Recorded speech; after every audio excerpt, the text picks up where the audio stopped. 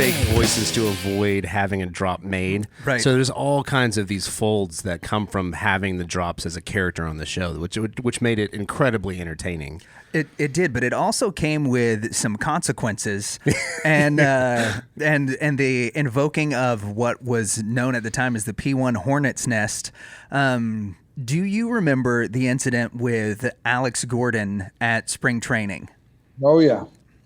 Oh yeah. What was that like when that drop? For everybody who doesn't know, there was an unfortunate drop that got played while one of the guys was talking to Alex Gordon's wife. I would say brilliantly. Yes, brilliantly by tweet groups, which caused the Hardline to be banished from spring training for a few seasons. Yeah. Yeah, because that got back around to Alex Gordon that happened. And Alex Gordon, for those who don't know, was a player for many years for the Kansas City Royals. And the Royals and Rangers shared spring training facilities together. So when the Rangers weren't using it, the Royals were. Sometimes, though, they would play each other in spring training games, and that's when this happened.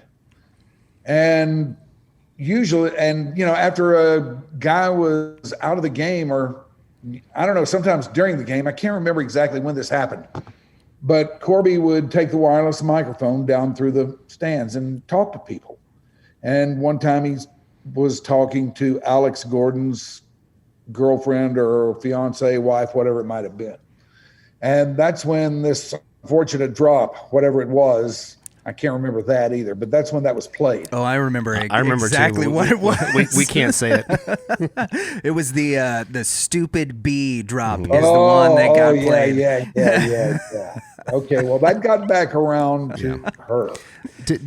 See that back then, I don't know if we fully comprehended the big nature of the world that we were in.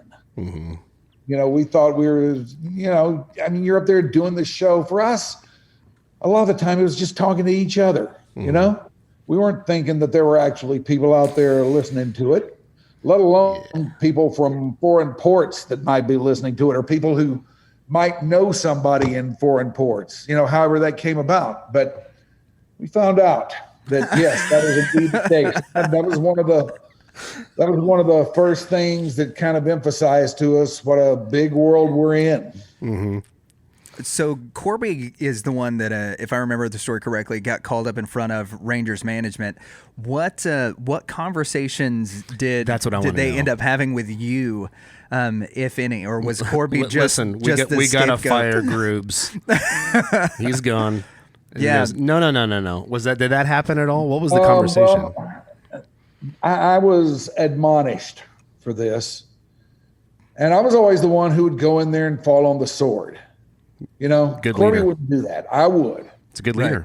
I would go in there and tell them, "Hey guys, look, I know this is wrong. I'm really sorry about this. And I will handle it with him. I will make sure nothing like this ever happens again." And then, of course, I didn't say another single word to him. I'm gonna go take Grooves out for a couple of beers and give him a roll of quarters for arcades. Yeah, teach him a lesson.